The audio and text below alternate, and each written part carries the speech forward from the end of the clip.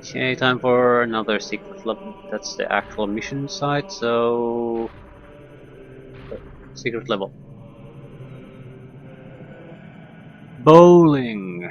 Kill the dwarves with the boulders. Well, this might be entertaining.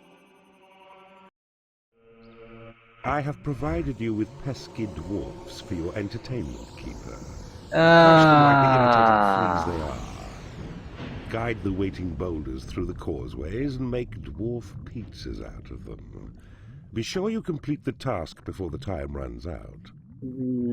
Shit. Yeah.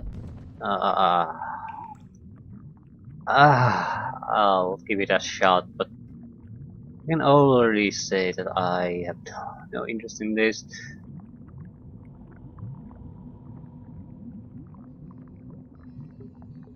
It's partly because the controls. There's no could. You need to basically, if you want to move this to a single direction, you need to. You can only slap things north. But the camera controls aren't too bad for doing this. But at the same time, you can't conveniently move the screen. It just this isn't good. Yeah, it's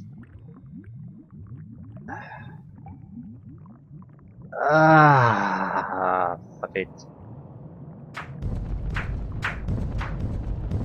Screw you and your terrible game. So that's the secret level this time. Well, at least we managed to kill something.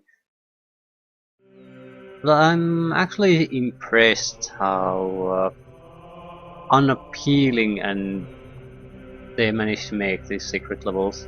I don't think maybe one of them was sort of decent, but most of them all there seem to be they've taken the worst parts of the game and made entire levels out of them, and somehow assume that's going to be enjoyable.